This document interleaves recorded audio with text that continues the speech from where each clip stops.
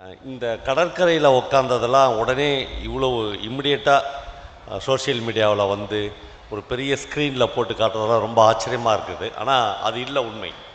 நான் நள்ளிரவு நேற்று வேளாங்கண்ணிக்கு வந்த பிறகு காலையில் வேளாங்கண்ணியில் இருக்கிற என்னுடைய வாசகர் ஒருத்தர் எனக்கு ஃபோன் பண்ணி, சார் இன்றைக்கி மத்தியானம் எங்கள் வீட்டில் தான் சாப்பிட்ணும் அப்படின்னார்.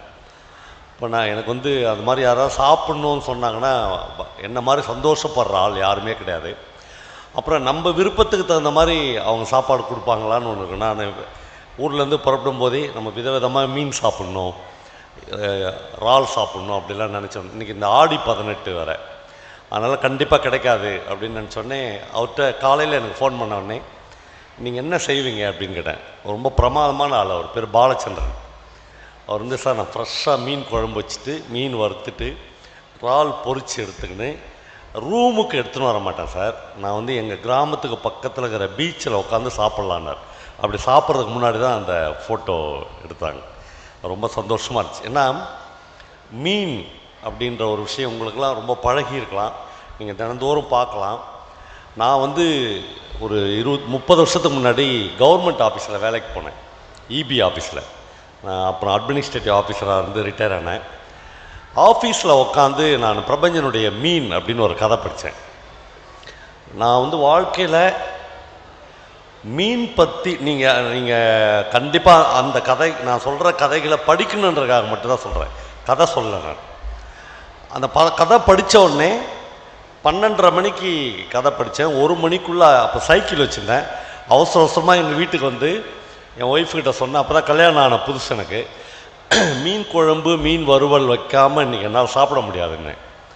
1 மணிக்கு கேட்டால் எங்கே கிடைக்கணும், அது எங்கேயாவது கிடைக்கட்டும், ஆனால் மீன் இல்லாத இன்றைக்கி என்னால் சாப்பிட முடியாதுன்னு. ஏன்னா அவ்வளவு டெம்டேஷனை அந்த கதை வந்து எனக்கு உருவாக்கி போச்சு.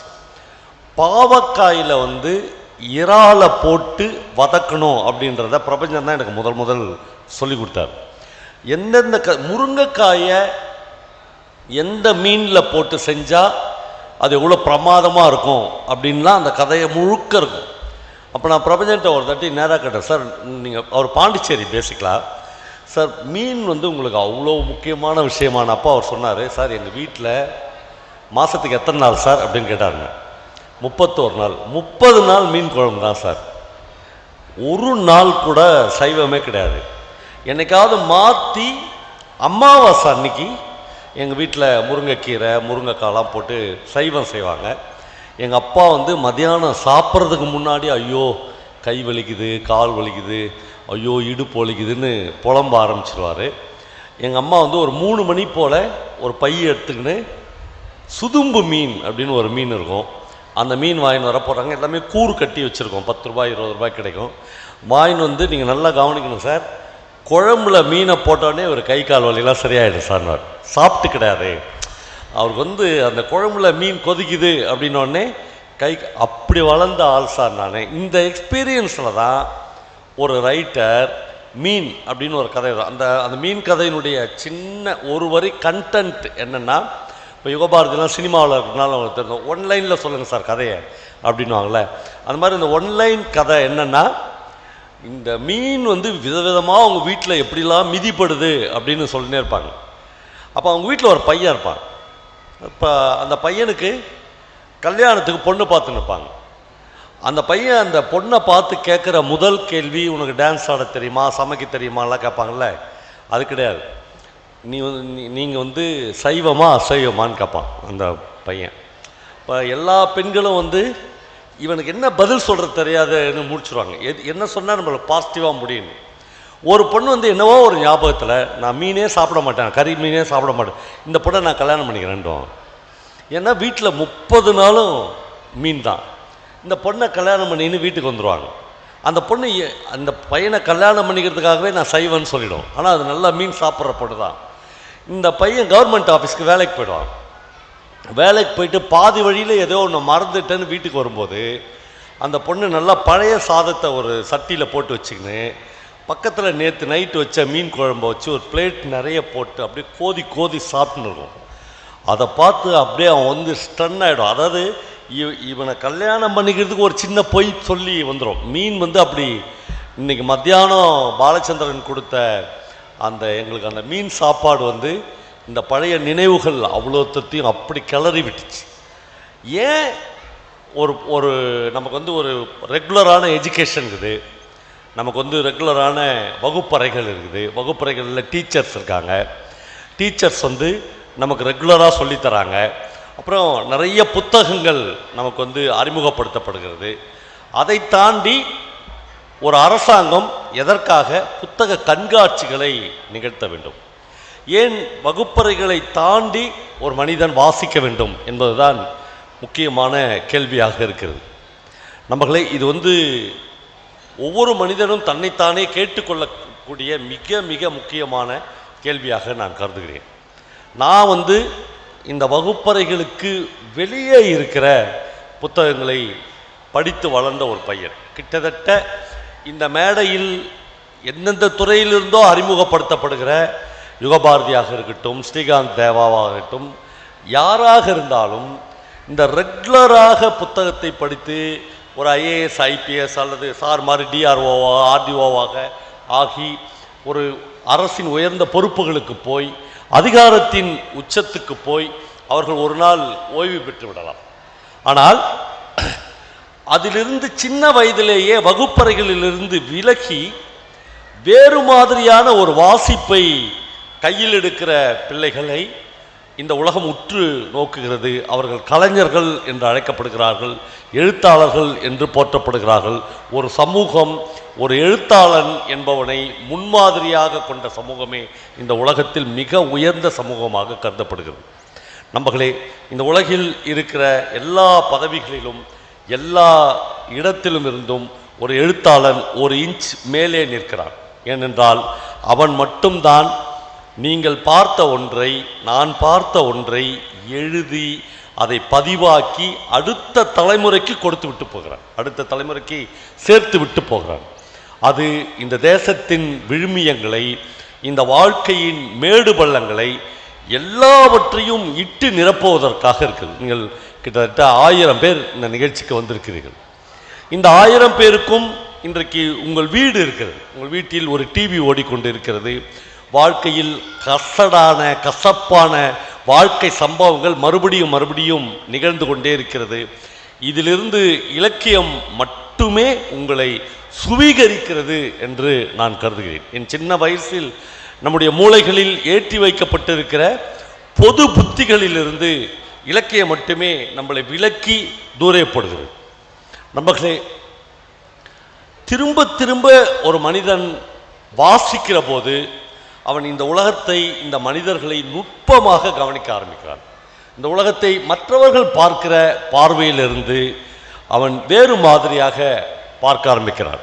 பணமும் காசும் அதிகாரமும் மட்டுமே உலகம் என்று கட்டமைக்கப்பட்ட ஒரு சமூகத்திலிருந்து ஒரு எழுத்தாளன் இல்லை, அதெல்லாம் இல்லை.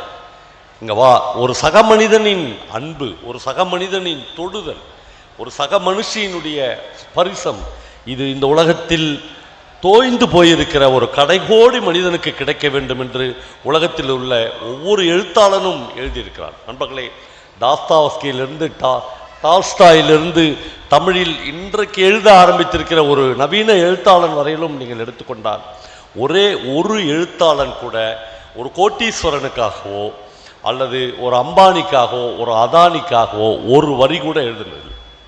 அவர்கள் எல்லோருமே பாவப்பட்ட மனிதர்களுக்காக, ஒடுக்கப்பட்ட மனிதர்களுக்காக, விபச்சாரிகளுக்காக, பிட்பாக்கெட் அடிப்பவனுக்காக, திருடனுக்காக, கொலைகாரனுக்காக, குற்றம் செய்தவனுக்காக, குற்றச்செயலில் ஈடுபட்டவனுக்காக, மறுபடியும் மறுபடியும் நம்மால் புறக்கணிக்கப்படுகிற மனிதர்களுக்காக மட்டுமே இலக்கியங்கள் எழுதப்படுகின்றன, வாசிக்கப்படுகின்றன.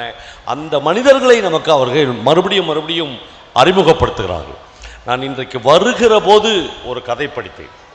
அந்த கதை ரவி சுப்பிரமணியம் எழுதின கதை. நான் இந்த மேடையில் நான் பேசுகிற 40 நிமிஷமோ 45 நிமிஷமோ ஒரு கதை கூட சொல்லக்கூடாது என்று முடிவெடுத்திருக்கிறேன். ஏனென்றால் அந்த கதைகளை நீங்கள் வாசிக்க வேண்டும் என்று நான் ஆசைப்படுகிறேன்.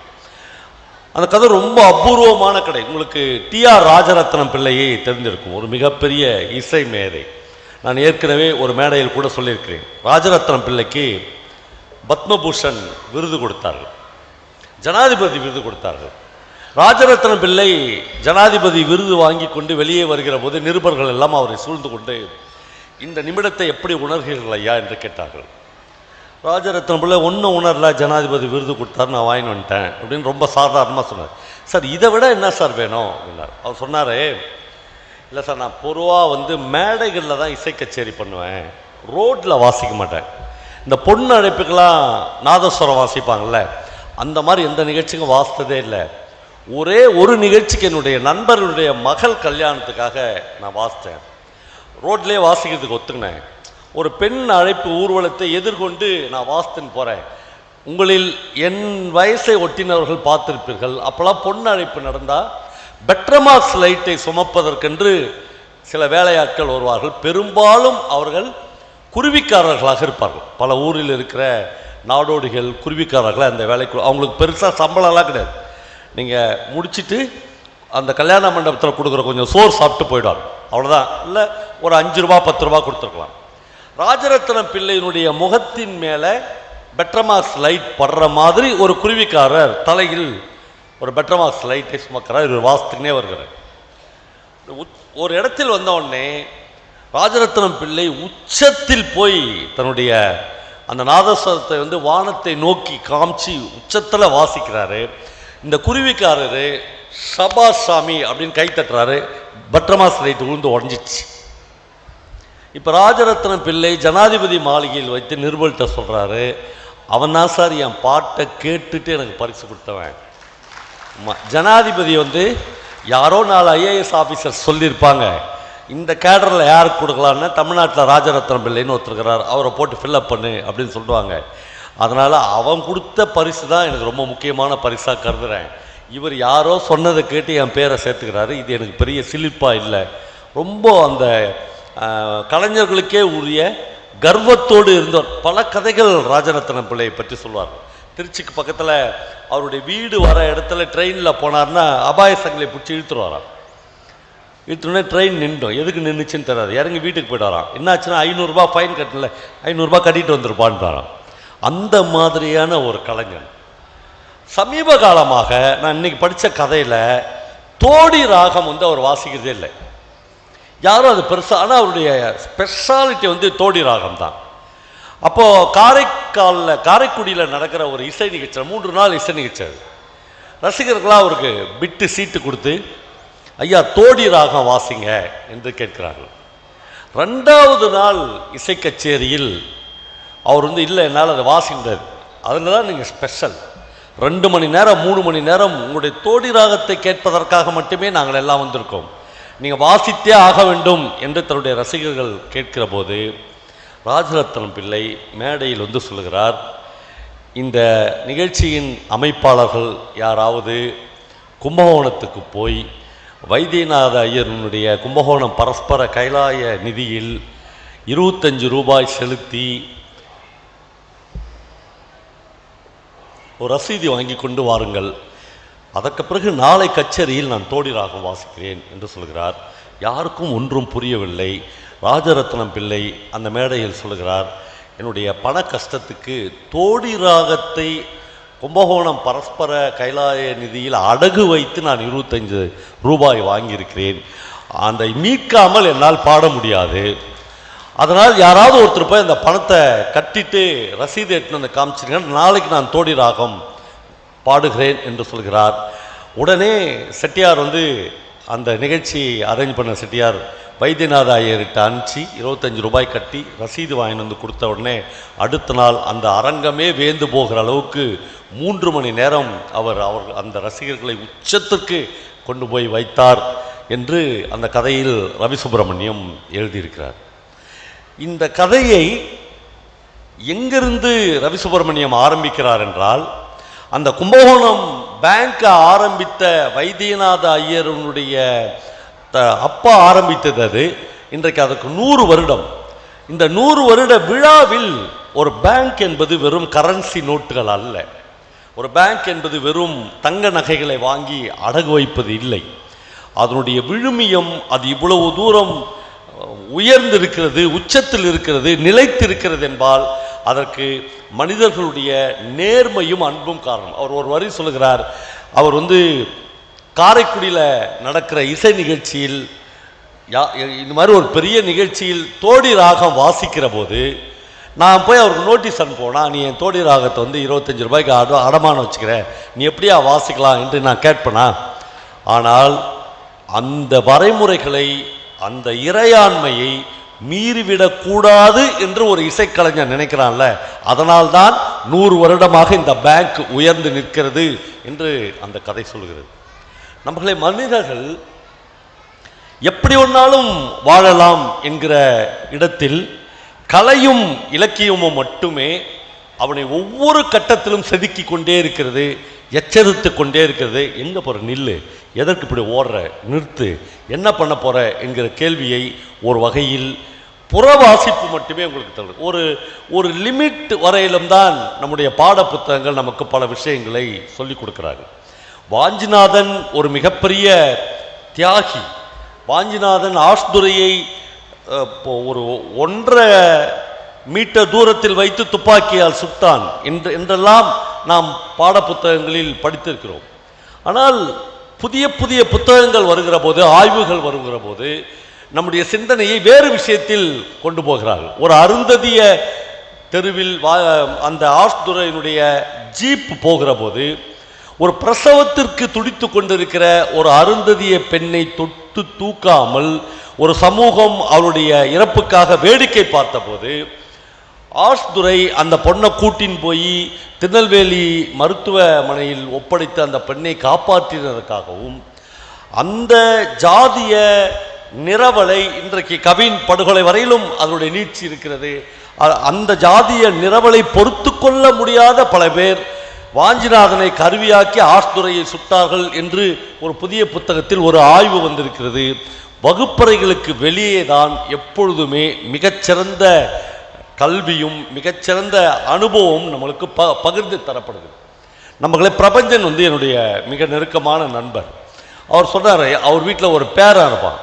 அந்த பையன் எப்பொழுதும் பிரபஞ்சன்ட்ட நிறைய கேள்விகளை கேட்டுக்கொண்டே இருப்பான். நம்ம வீட்டில் இருக்கிற சின்ன குழந்தைகளும் அப்படி கேட்டுக்கொண்டே இருப்பார். அவர் திடீர்னு சொல்வார், அவர் தாத்தா குதிரை ஏன் தாத்தா ஓடுது அப்படின்னு கேட்பாங்க. அவர் சொல்வார், அதுக்கு 4 கால் இருக்குது, சேருக்கு கூட தான் 4 கால் இருக்குது, சேர் ஏன் தாத்தா ஓடலை அப்படின்னு கேட்பாங்க. சார் நான் சாகித்ய அகாடமிலாம் வாங்கினேன் சார், ஆனால் எனக்கு சொல்ல தெரியல சார்ன்னு சொல்லார். அப்படி அந்த பையன் திடீர்னு ஒரு நாள் பேசுறதே நிறுத்திட்டான். எந்த கேள்விகளுமே தாத்தாட்ட கேட்கல. மருமகளை கூப்பிட்டு கேட்குறாரு, தம்பி எதுவுமே கேட்க மாட்டான், அவனை தான் ஸ்கூலில் சேர்த்துட்டல மாமா அப்படின்றாங்க. மருமக என்ன, ஸ்கூலில் ஒரு குழந்தைய சேர்த்த உடனே டீச்சர் சொல்கிற முதல் வார்த்தை பேசாத, கை வச்சிடறாங்க. இவங்க மட்டும்தான் பேசுகிறாங்க. இப்போ குழந்தைகள் கேட்குது.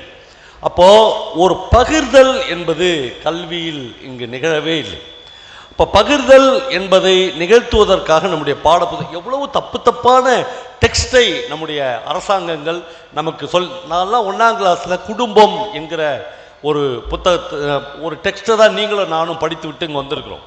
இந்த குடும்பத்தில் ஒரு அப்பா என்றால் யார் என்று புத்தகத்தில் நமக்கு அறிமுகப்படுத்த, அப்பா செய்தித்தாள் படிக்கிறார், அப்பா ஈசி சேர்ல உட்காந்து செய்தித்தாள் படிக்கிற மாதிரி ஒரு படம் பார்த்தோம். அம்மா சமையலறையில் சமைக்கிறாள், தங்கை வீடு கூட்டுகிறாள், தம்பி விளையாடுகிறான். கிளீனா படம் போட்டு, தம்பின்னா விளையாடுறவன், தங்கை தான் வீடு கூட்டுறவ, அம்மான்னா சமைக்கிறவ, அப்பா தான் செய்தித்தாள். ஒரு ஆசை இருக்காதா எனக்கு, எங்கள் அம்மா என்னைக்கு ஈசி சேரில் உட்காந்துன்னு பேப்பர் படிக்கிற மாதிரி ஒரு படத்தை நான் பார்ப்பேன்.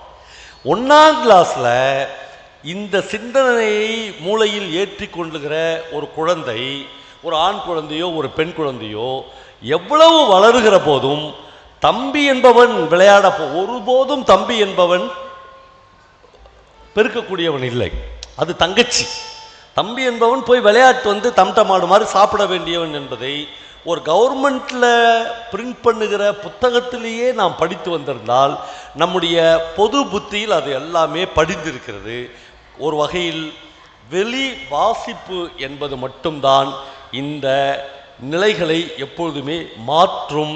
அதுதான் ஒரு புதிய சிந்தனையை, ஒரு கிரியேட்டிவிட்டியான, ஒரு படைப்பூக்கம் உள்ள சிந்தனையை குழந்தைகளுக்கு உருவாக்குகிறது. ஒரு எழுத்தாளன் தான் இந்த வேலையை திரும்ப திரும்ப செய்ய முடிகிறது.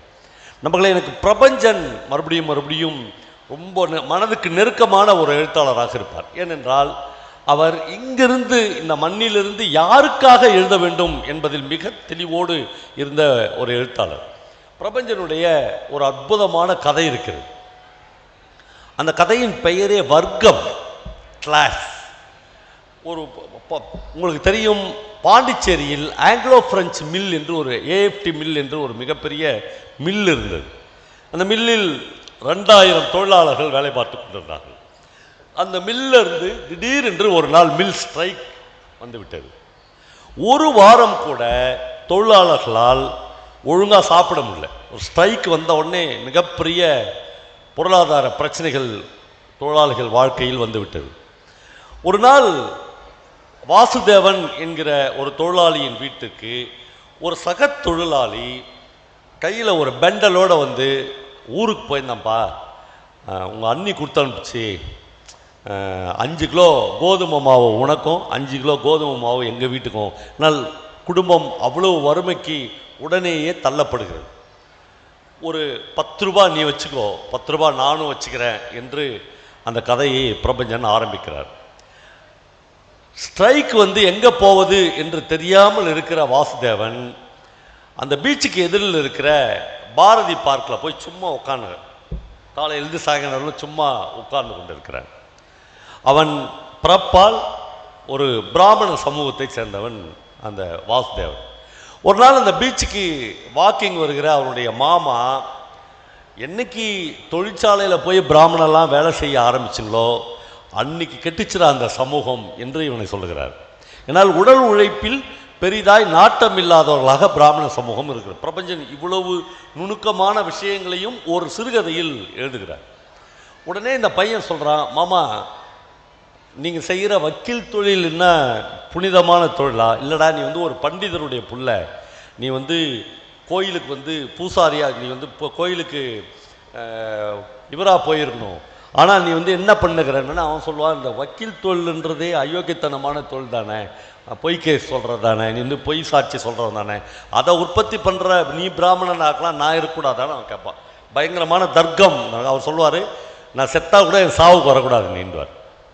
இந்த வாசுதேவன் அந்த பீச்சில் அந்த பார்க்கில் உட்காந்துருப்பான். ஒரு நாள் வந்து கேட்பாரற்று ஒரு கல் கிடக்கும் அந்த பார்க்கில். இவன் கஷ்டப்பட்டு அந்த கல்லை நிமிர்த்தி வைப்பான்.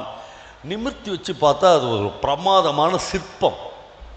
ஒரு கோவிலில் இருக்கக்கூடிய ஒரு கடவுளுடைய சிற்பத்தை அவன் எடுத்து நிமிர்த்தி அதுக்கு கீழே ஒரு கல் வச்சு அப்படி உயர்த்தி பார்ப்பான்.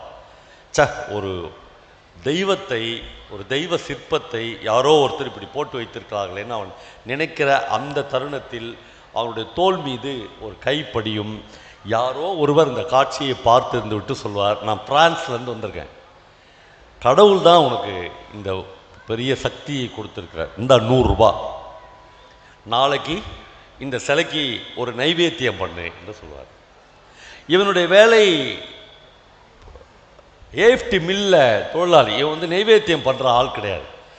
100 ரூபாய் என்பது இவன் வாழ்க்கையில் மிகப்பெரிய விஷயம். 100 ரூபாய் இருந்தால் கிட்டத்தட்ட 10 நாள் 15 நாள் இவன் வாழ்க்கையை நகர்த்தி விடலாம். வீட்டுக்கு போய் பொண்டாட்டியர் சொல்லுவான், யாரோ ஒருத்தர் எனக்கு 100 ரூபாய் கொடுத்தார், ஒரு சிற்பத்தை எடுத்து வச்சா அது கடவுள் சிற்பம். அவள் சொல்லுவா, போய் முதல்ல 2 கிலோ அரிசி வாங்குவா, அப்படியே நெய்வேத்தியம் பண்ணுற சக்கரை பொங்கல் பண்ணுறதுக்கு 1 கிலோ பச்சரிசி வாங்கிக்கோ, வெள்ளம் வாங்கிக்கோ. அவன் சொல்ல, எல்லாம் வாங்குறேன், ஆனால் அந்த காசில் எப்படி வீட்டுக்கு சாமான் வாங்க? அவன் சொல்லுவாயோ, என்ன அறிவுகட்டத்தனமாக பேசுகிற, பொருளாதாரன்றதே இதான்.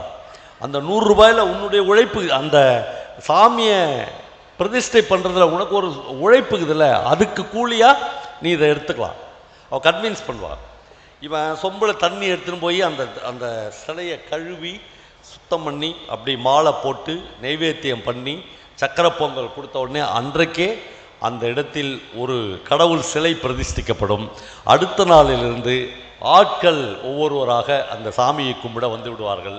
இப்பொழுது வாசுதேவனுக்கு பொழுது போவது மட்டும் இல்லை, அவன் ஒரு பிஸியஸ்ட் மேனாக மாறிவிடுவான்.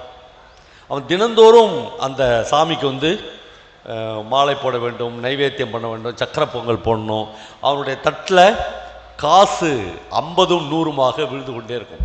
நம்மளை ஒரு ரைட்டர் என்பவன் ஒரு சமூகத்தில் எந்த பக்கம் நிற்க வேண்டும் என்பது மிக மிக முக்கியமான விஷயமாக இருக்கிறது. இது அப்படியே வளர்ந்து கொண்டே போகிறது.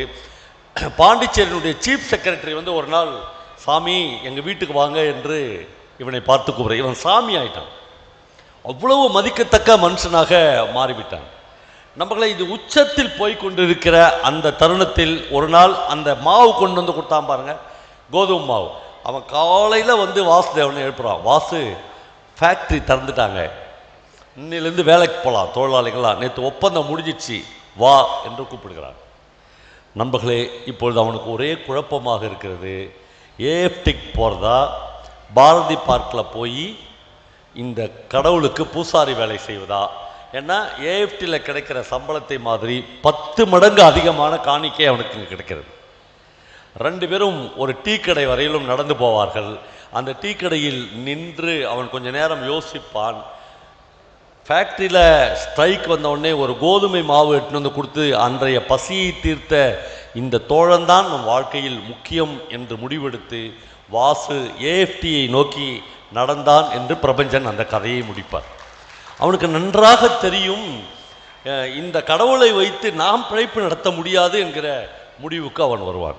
ஒரு எழுத்தாளன் எழுதுகிற போதே அவனுடைய சொற்களில், அவனுடைய நுட்பங்களில், அவன் வாழ்வு அனுபவங்களில் இருந்து அவன் எந்த பக்கம் நிற்கிறான் என்பது மிக மிக முக்கியமான ஒரு விஷயமாக இருக்கிறது. நண்பர்களே, வாசிப்பு ஒரு மனிதனை எப்படியெல்லாம் மேம்படுத்தும் என்பதை உலகம் முழுக்க நீங்கள் டிராவல் போய் பயணமும் வாசிப்பும் மட்டும்தான் ஒரு மனிதனுடைய வாழ்க்கையை மறுபடியும் மறுபடியும் செப்பனிட்டு கொண்டே இருக்கிறது. அதே மாதிரி இப்போ யுகபாரதி பேசுகிற போது அவர் அவர் அவர் தெரித்த, அவர் உச்சரித்த பல வரிகள் வாழ்வின் எந்த நாளிலும் கூடவே வரும். ஒரு கவிதை வரிகள் என்பது நீங்கள் ஒரு தப்பு செய்ய போகும்போது, ஒரு குற்றம் புரிய போகும்போது, நீங்கள் வாழ்வின் ஒரு மோசமான முடிவெடுக்கிற போது ஒரு கவிதை வரி உங்களை காப்பாற்றும். ஒரு கவிதை வரி உங்களை கைப்பிடித்து தூக்கி இந்த வாழ்க்கையின் மேன்மையான பகுதியில் நடத்தும். இந்த உலகத்தில் எந்த மனிதனும் பரிபூர்ணமான யோகியன் என்று இந்த உலகத்தில் யாருமே இல்லை. அதே மாதிரி இந்த உலகத்தின் படு மோசமான மனிதன், இவனை மாதிரி கேவலமான மனிதன் என்று எந்த மனிதனுமே இல்லை. மனிதர்கள் பிறக்கிற போது அப்பழுக்கில்லாத குழந்தைகளாக மட்டுமே பிறக்கிறார்கள். அவர்களுடைய வளர்ப்பில், அவர்களுடைய வாசிப்பில், அவர்களுடைய வாழ்வில், அவர்கள் தங்களுடைய வாழ்நாளில் இப்படியும் அப்படியுமாக இருக்கிறார்கள். ஒரு மோசமான மனிதன் ஒரே பீரியட்ல தன்னுடைய வாழ்நாள் முழுக்க மோசமான மனிதனாக எப்பொழுதுமே இருப்பதில்லை. அவனே ஒரு தருணத்தில் மிக உன்னதமான மனிதனாக இருக்கிறார். வண்ணதாசன் தன்னுடைய வாழ்வு அனுபவங்களில் ஒரு இடத்தில் சொல்வார், ஒரு மிலிட்ரியிலிருந்து ரிட்டையர்ட் ஆகி வந்த ஒருத்தன் வந்து தினந்தோறும் குடித்து விட்டு தன்னுடைய மனைவியை அடிப்பவனாக இருப்பான். ஆனால் நண்பர்களே, அவன் செக்யூரிட்டி வேலைக்கு, ஒரு எஸ்பிஐக்கு, ஸ்டேட் பேங்க் ஆஃப் இந்தியாவுக்கு செக்யூரிட்டி வேலைக்கு போகிற போது போகிற ஒவ்வொரு நாளும் அவன் கையில் ஒரு தூக்கு கேரியரில் பால் வாங்கி கொண்டு போவான். ஏனென்றால் ஸ்டேட் பேங்குக்கு வெளியே அனாதையாக சுற்றி கொண்டிருக்கிற 2-3 தெரு நாய்களுக்கு அவன் பால் ஊட்டுவான், பொறை வாங்கி கொடுப்பான். இந்த பக்கம் குடித்து விட்டு மனைவியை அடிக்கிற ஒரு மனிதனாக இருக்கிற அதே மனிதன்தான் அந்த ஸ்டேட் பேங்கில் வேலை செய்கிற 30 பேர் 40 பேருக்கு இல்லாத அந்த கருணையும் ஈகையும் இவனுக்கு இருக்கிறது. அப்போ எந்த மனிதர்களும் இந்த உலகத்தில் சாதாரண மனிதர்கள் இல்லை. எந்த மனிதர்களும் இந்த உலகத்தில் மேன்மையான மனிதர்களும் இல்லை.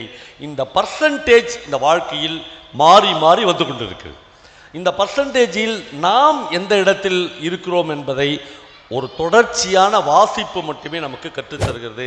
அதே மாதிரி இந்த வாழ்க்கையின் பல பகுதிகளை பார்த்து கொண்டிருக்கிற நம்முடைய குழந்தைகளுக்கு நாம் போதிக்காமலேயே நாம் அந்த குழந்தைகளுக்கு நம்முடைய அறத்தை, நம்முடைய எல்லாவற்றையும் நாம் கையளிக்கிறோம். இது ரொம்ப ரொம்ப முக்கியமான விஷயமாக நான் கருதுகிறேன். இதைத்தான் எழுத்தாளன் மறுபடியும் மறுபடியும் நம்முடைய எழுத்துக்களில் எழுதி கொண்டே இருக்கிறான். புக் ஃபேர் நடக்கிறது, புத்தகங்கள் வாங்கிறது என்பது இந்த கண்டதையும் படித்தால் பண்டிதன் ஆகலாம் அப்படிலாம் ஒரு பழமொழி இருக்கும். அதெல்லாம் ரொம்ப தப்பான பழமொழி என்று இன்றைக்கு காலம் கண்டதெல்லாம் படிக்கக்கூடாது. நாம் வந்து தேர்ந்தெடுத்து நம்முடைய தேர்வுகள் ரொம்ப ரொம்ப முக்கியம் என்று நான் கருதுகிறேன். வாழ்க்கையில் எதையெல்லாம் இப்போ இந்த புக் ஃபேரில் மிக அதிகமாக விற்ற 2 புத்தகங்களை சொல்லுங்க அப்படி என்று ஒரு பத்திரிகை நிருபர்கள் உங்களை கேட்கிற போது, கோலம் போடுவது எப்படி, பணம் சம்பாதிப்பது எப்படி, 30 நாளில் லட்சாதிபதி ஆவது எப்படி, இந்த 3 புத்தகங்களும் இந்த புக் ஃபேரில் மிக அதிகமாக விற்றிருக்கிறது என்றால் இந்த புக் ஃபேரே நடக்க வேணாம். இந்த புக் ஃபேர் நடக்கணும் என்று எந்த அவசியமும் இல்லை. ஏனென்றால் நீங்கள் இன்றைக்கும் உங்களுடைய அதிகாரத்திற்கு, உங்களுடைய பண தேடுதலுக்கு இந்த புக் ஃபேரையும் ஒரு பயன்படுத்தி கொள்ள முடியுமா, ஒரு ஆதாயப்படுத்தி கொள்ள முடியுமா என்பதற்காக மட்டுமே நீங்கள் இதற்குள்ளாக வந்து செலவழிக்கிறீர்கள் என்று ஊர்ஜிதமாகப்படும்.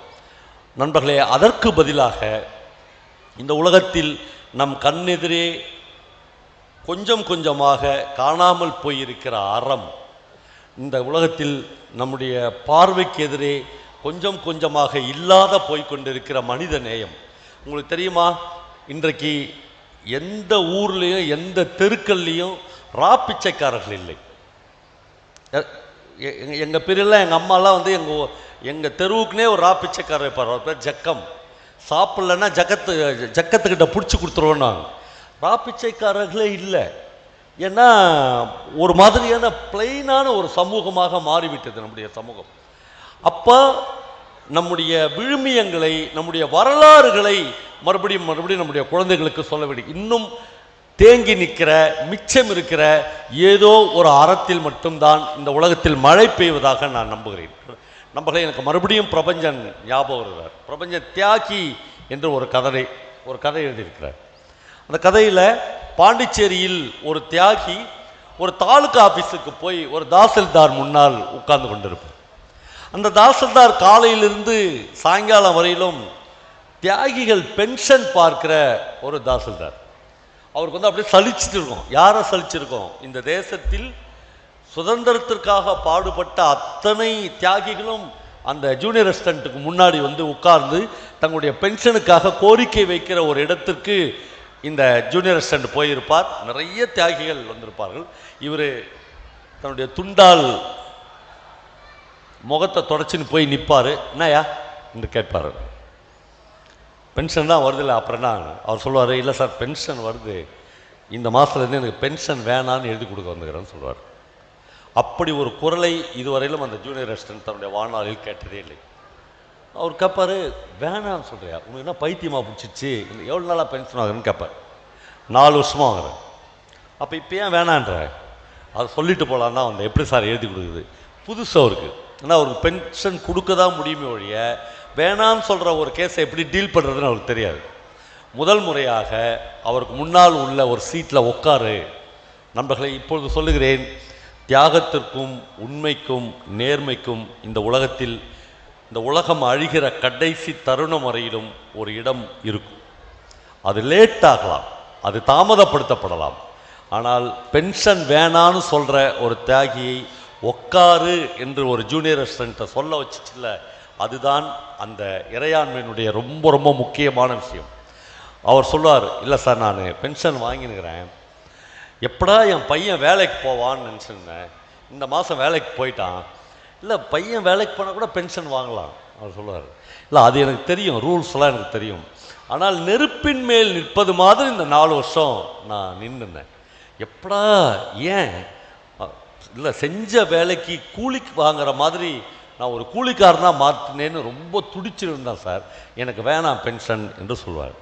அப்போ தான் முதல் முறையாக அந்த ஜூனியர் அசிஸ்டண்ட்டு அந்த மனிதரை பார்த்து, அந்த வயதான மனிதரை பார்த்து கேட்பார், உங்கள் பேர் என்ன? அவருடைய பெயரை சொல்வார்.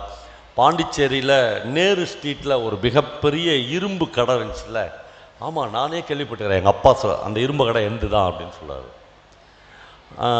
அப்புறம் என்னாச்சு சார்? இல்லை ஒரு நாள் பர்ச்சேஸ்க்காக சென்னைக்கு போனேன், பர்ச்சேஸ்லாம் முடிஞ்சிடுச்சு, மெரினா பீச்சில் போய் காந்தி பேசுகிறாருன்னாங்க. காந்தி அப்போ தான் முதல் பார்க்குறேன். மெரினா பீச்சில் போய் காந்தியினுடைய ஸ்பீச்சை கேட்குறேன். காந்தி பேசின உடனே பர்ச்சேஸு, கையில் இருந்த பில் புக்கு, காசு எல்லாத்தையும் அப்படியே விட்டுட்டு நேராக காந்தி பின்னாடியே போயிட்டேன். அப்புறம் கடை என்னாச்சு? கடை என்னாச்சுன்னு எனக்கு தெரியாது. அப்படியே காந்தி கூடயே போயிட்டேன் சார். அவர் கூடயே சபர்மதி ஆசிரமத்தில் போயிருந்தேன். பொண்டாட்டி என்னாச்சு, புள்ளன்னாச்சு, கடை என்னாச்சு எதுவுமே தெரியாது. அப்புறம் சுதந்திரம் அடைஞ்ச பிறகு தான் பாண்டிச்சேரிக்கு வர நேர்ந்தது. யாருமே உங்களை கண்டுக்கலையா? நீங்கள் வரீங்க. அந்த பையன் ஒரு ஃபரூக் அப்படின்னு ஒரு பையன் வந்து பாண்டிச்சேரியினுடைய டிரான்ஸ்போர்ட் மினிஸ்டராக ஆகிட்டான். வந்த உடனே அவன் என்ன தான் வந்து பார்த்து என் கால்லெல்லாம் வந்து, ஐயா நீங்கள் போட்ட பிச்சை, நான் மெட்ராஸ் டு பாண்டிச்சேரி ரூட்டில் உங்களுக்கு 5 பஸ்ஸு போட்டு தரேன்னு சொன்னான். உடனே இந்த ஜூனியர் ரெஸ்டாரண்ட், அது பொன்முட்டை விடுற ரூட்டாச்சே சார், உடனே வாங்கின்னு இருக்கலாமே நீங்கள் அப்படின்னு சொல்கிறார். அப்போ இந்த இவர் சொல்கிறாரு, தம்பி இந்த பீரியடு, இந்த காலம் உங்களை அப்படி பேச வைக்குது. நாங்கள் வாழ்ந்த காலம் வந்து நெருப்பின் காலம். ஒரு ஸ்பீச்சை கேட்டுட்டு, ஒரு உரையை கேட்டுட்டு, காந்திக்கு பின்னாடியே நான் போயிட்டேன், என் வாழ்க்கையே இல்லை, என் கடை எங்கே போச்சுன்னு தெரில, என் பொண்டாட்டி புள்ள என்னாச்சுன்னு தெரில என்கிற அளவுக்கு சுதந்திர தாகம் எங்களுக்குள்ளே இருந்துச்சு. அந்த பையன் வேறு யாரும் இல்லை, அந்த டிரான்ஸ்போர்ட் மினிஸ்டர் இருந்தவன். நான் கடை வச்சுன்னு இருக்கும்போது எங்கள் கடையில் டீ வாங்கிட்டு வந்து கொடுக்குற பையன். அவன் வந்து இந்த சுதந்திரத்துக்கு பின்னாடி டிரான்ஸ்போர்ட் மினிஸ்டராகவே ஆகிட்டான். அவனுக்கு எப்படி பிழைக்க தெரிஞ்சதுன்னு தெரிஞ்சிருக்கு. நாங்களாம் அப்படி இருந்துட்டோம். அவன் சொல்லுவான், என்னால் அந்த வார்த்தையை இப்போது உங்களோட பகிர்ந்து கொள்ள முடியவில்லை. அந்த ஜூனியர் ரெஸ்டாரண்ட் அந்த தியாகியை பார்த்து சொல்லுவான், இவ்வளவு கண்ணியமாக, இவ்வளவு காத்திரமாக, இவ்வளவு பிடிவாதமாக, இவ்வளவு நேர்மையாக இருந்த நீங்கள் இந்த பென்ஷன் இன்றைக்கி வேணான்றீங்கள, அதை ஏன் அன்றைக்கே வேணான்னு சொல்லிடக்கூடாது என்று கேட்பான். அப்போதுதான் முதல் முறையாக அந்த மனிதன் சொல்லுவார், ஒன்றும் இல்லை தம்பி, சுதந்திரத்துக்காக போராடின ஒரு போராட்டக்காரன் பாண்டிச்சேரி பஸ் ஸ்டாண்டில் பிச்சை எடுக்கிறான் என்று இந்த உலகத்துக்கு தெரியக்கூடாது என்பதற்காக மட்டுமே நான் இந்த பென்ஷனை வாங்கி கொண்டேன். ஆனால் நெருப்பில் நிற்பது மாதிரி இத்தனை காலம் நின்று கொண்டிருந்தேன். எப்படா இந்த வாழ்க்கையில் ஒரு விடிவு வராதா என்று நின்று கொண்டிருந்தேன். என் பையன் வேலைக்கு போயிட்டான், அதனால் இன்றையிலேருந்து எனக்கு இந்த பென்ஷன் வேண்டாம் என்று எழுதி கொடுத்து விட்டு போவதாக பிரபஞ்சன் அந்த கதையை எழுதியிருப்பார். அதோடு நிறுத்தியிருந்தால் அது ஒரு சாதாரணமான கதை. அடுத்து 2 வரிகளை பிரபஞ்சன் அந்த கதையில் எழுதியிருப்பார். வீட்டுக்கு 2 மணிக்கு பசியோட பெரியவர் வருவார். பையன் கவர்மெண்ட் வேலைக்கு போயிட்டால, அவன் சாப்பிட உட்காந்துருப்பான். இந்த கிழமை எங்கன்னு கேட்பான். வேணான்னு சொன்னால் கூட அந்த பென்ஷன் வேணான்னு எழுதி கொடுக்க போய்க்குதுங்க அப்படின்னு தன்னுடைய மனைவி சொல்வார். அந்த ரசசாதத்தை நின்று கட் பண்ண, செத்து தொலையிட்டோம் என்று சொன்னான் காந்தி என்று அந்த கதை முடியும். பையனுக்கு காந்தின்னு பேர் வச்சுக்கிறார். அப்போ இவ்வளவு முரண்பாடான, இவ்வளவு சிக்கலான ஒரு வாழ்க்கையை டெக்ஸ்ட் புத்தகங்களோ, நாம் படிக்கிற பள்ளிக்கூடத்தில் இருக்கிற புத்தகங்களோ நமக்கு ஒருபோதும் சொல்லிக் கொடுக்காத நண்பர்களே, வேறு ஒரு வாழ்க்கையை, வேறு ஒரு தர்மத்தை, வேறு ஒரு அறத்தை இந்த பாடப்புத்தகங்களுக்கு வெளியே இருக்கிற புத்தகங்கள் நமக்கு சொல்லித் தருகின்றன. என்னை மாதிரியான படிப்பில் மிகப்பெரிய வெற்றி அடையாத மனிதர்கள் சின்ன வயதிலிருந்து, நீங்கள் அப்படியே ஒரு மிகப்பெரிய லிஸ்ட் எடுத்து பார்த்தீங்கன்னா தெரியும், அவ்வளவு பேரும் இந்த வாழ்க்கை, இந்த ரெகுலரான வாழ்க்கையில் இல்லவே இல்லை. இந்த ரெகுலரான வாழ்க்கையிலிருந்து நீட் எழுதி பாஸ் பண்ணி அவங்க வந்து மிகப்பெரிய வேலைக்கு போய் டாக்டர் ஆகி ஒரு 4 வீடு கட்டியிருப்பான், 3 பங்களா, ஒரு 3 கார் வாங்கியிருப்பான். மெட்ராஸில் ஒரு பங்களா, பெங்களூரில் ஒரு பங்களாவாக இருக்கும். ஆனால் அவன் செத்து போனால் இந்த உலகத்தில் அவனுடைய சொந்தக்காரர்களால் கூட அவன் நினைக்கப்பட மாட்டான். ஆனால் ஒன்றுமே இல்லாத இந்த பாண்டிச்சேரி தியாகி மாதிரியான மனிதர்களால் தான் இந்த சமூகம் கொஞ்சமாகிலும் நகர்ந்து கொண்டிருப்பதாகவும், கொஞ்சமாகிலும் அறத்தோடு வாழ்ந்து கொண்டிருப்பதாகவும் நான் நம்புகிறேன். அதே மாதிரி இந்த எழுத்தாளனிடமும் கவிஞனிடமும் பெரிதாக அவனுடைய பேக்ட்ராப் என்னன்னு பார்த்தீங்கன்னா, ஒரு பெரிய பேக்ட்ராப் இல்லை. எனக்கெல்லாம் இப்படி ஒரு மேடையில் வந்து நிற்பதற்கே பயங்கர கூச்சமாக இருக்கிறது. என்னென்னா, இந்த தமிழ் சமூகத்தில் நான் 40 வருடத்துக்கு மேலாக வாசித்து கொண்டு எழுதி கொண்டு இருக்கிறேன். எங்களுக்கெல்லாம் இப்படி இவ்வளோ வெளிச்சம் உள்ள ஒரு ஸ்டேஜ், ஒரு கலெக்டரேட்டில் இருக்கிற ஒரு தாசில்தார், ஒரு ஆரையெல்லாம் வந்து என்கிட்ட சார் காஃபி வேணுமா என்று கேட்கிறதெல்லாம் இந்த 4-5 வருடங்கள் எல்லாம் நடந்திருக்குது. அந்த ஆஃபீஸுக்கு கூட ஒரு எழுத்தாளர் போய் நிற்க முடியாது. எங்களுடைய ஜோல்னா பையை நீங்கள் பார்த்தீங்கன்னாவே பல பேர் வந்து இதெல்லாம் உருப்படாத கேஸு என்பார்கள். பிரபஞ்சன் தான் மறுபடியும் எங்களை பார்த்து சொல்வார், சார் நம்மளாம் பிழைக்க தெரியாத ஆட்கள்னு சொல்கிறாங்க சார், என்று பிரபஞ்சன் சொல்லிவிட்டு சொன்னார், நாமெல்லாம் பிழைக்க தெரியாதவனா இருக்கிறதுனால தான் சார் இவெல்லாம் பிழைக்கிறான் என்று சொல்வார். இப்போ எழுத்தாளன் எப்போதும் பிழைக்க தெரியாதவனாக இருப்பான். ஆனால் அவன் இந்த சமூகத்திற்கு கொடுக்கிற கையளிக்கிற மிகப்பெரிய அறம், மிகப்பெரிய நேர்மை, மிகப்பெரிய சக்தி, இதை இந்த உலகத்தில் இருக்கிற எந்த பெரிய அதிகாரிகளாலும் தரவே முடியாது. அதனால்தான் ஒரு எழுத்தாளன் மற்ற எல்லாரை விட ரொம்ப மேன்மையான இடத்தில் இருப்பதாக நான் கருதுகிறேன். இதைத்தான் மறுபடியும் மறுபடியும் இந்த உலகத்தில் ஆண்டாண்டு காலமாக எழுத்து போதித்து கொண்டே வருகிறது. துரதிர்ஷ்டவசமாக தமிழ்நாடு மாதிரியான இடங்களில் வாசிப்பற்ற நாட்களே நம்முடைய குழந்தைகளுக்கும் நம்முடைய குடும்பங்களிலும் மிஞ்சி இருக்கிறது. ஒரு 60 வயதில் நம்முடைய வாழ்க்கையை திரும்பி பார்த்தால் நல் நினைவுகள் மட்டுமே மிஞ்சுகிறது நண்பர்களே. அப்படி திரும்பி பார்க்கிற போது இந்த சமூகத்தில், இந்த வாழ்வில் நாம் கடந்து வந்திருந்த வாழ்க்கை ஒரு மிகப்பெரிய சலிப்பை ஏற்படுத்துகிறது. நம்முடைய வாழ்க்கை எப்படி சுருங்கி விட்டதென்றால், ஒரு குடும்பம், ஒரு மனைவி, 2 பிள்ளைங்க, அதற்காக நம்முடைய ஜீவிதம் முழுக்க நாம் சம்பாதிக்கிற சொத்து, அவர்களுக்காக சேர்த்து வைத்து விட்ட போகிற சொத்து, நீ எங்கே வாழ்ந்தாய் என்றால் புதுமைப்பித்தன் சொல்கிறான், நாம் வாழ்கிறோம் என்பது உண்மைதான், ஆனால் வாழ்கிறோமா என்று ஒரு கேள்வியை கேட்கிறான். ஒவ்வொருவரும் டைரியில் எழுதி வைத்துக் கொள்ள வேண்டிய வாக்கியமாக இந்த வார்த்தையை நான் முன்மொழிகிறேன். நாம் வாழ்கிறோம் என்பது உண்மைதான், ஆனால் வாழ்கிறோமா என்று கேட்கிறார்.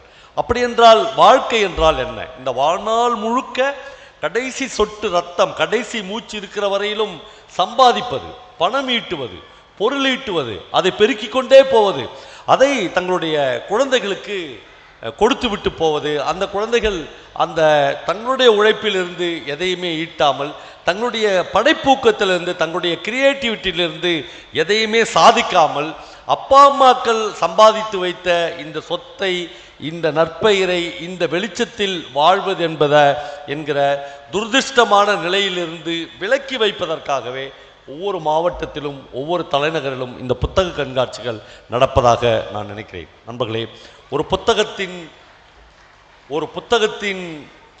ஒரு ஸ்பரிசம் என்பது, நீங்கள் நெட்டு வந்துடுச்சு, உங்களுக்கு இணையம் கிடைச்சிருச்சு. நான் பல மேடைகளில் சொல்லியிருக்கேன், ஒரு வகுப்பறையில் ஒரு டீச்சருக்கு இன்றைக்கு இருக்கிற நாலேஜை விட, அவர்களுக்கு இருக்கிற அறிவை விட 100க்கு அதிகமான சதவீத அறிவு ஒரு கூகுளுக்கு இருக்கிறது.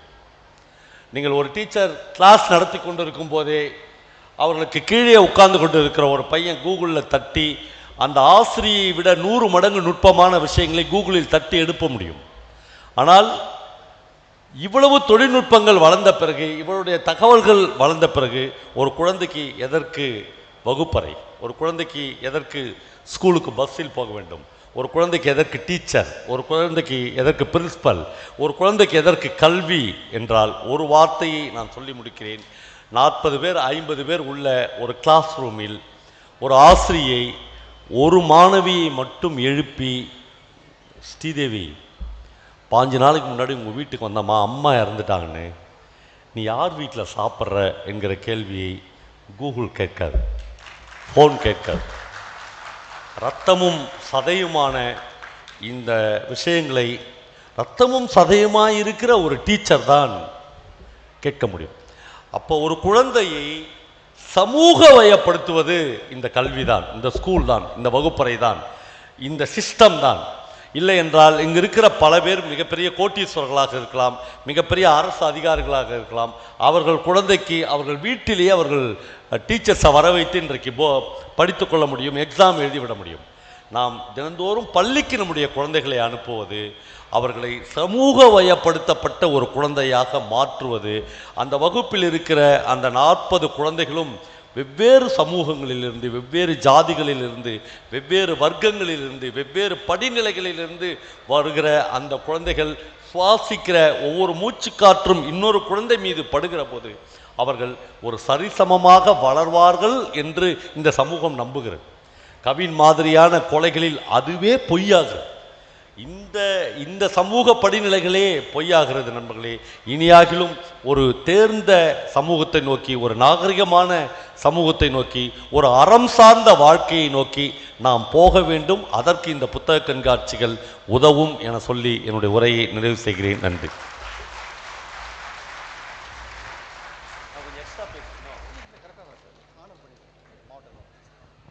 நன்றி.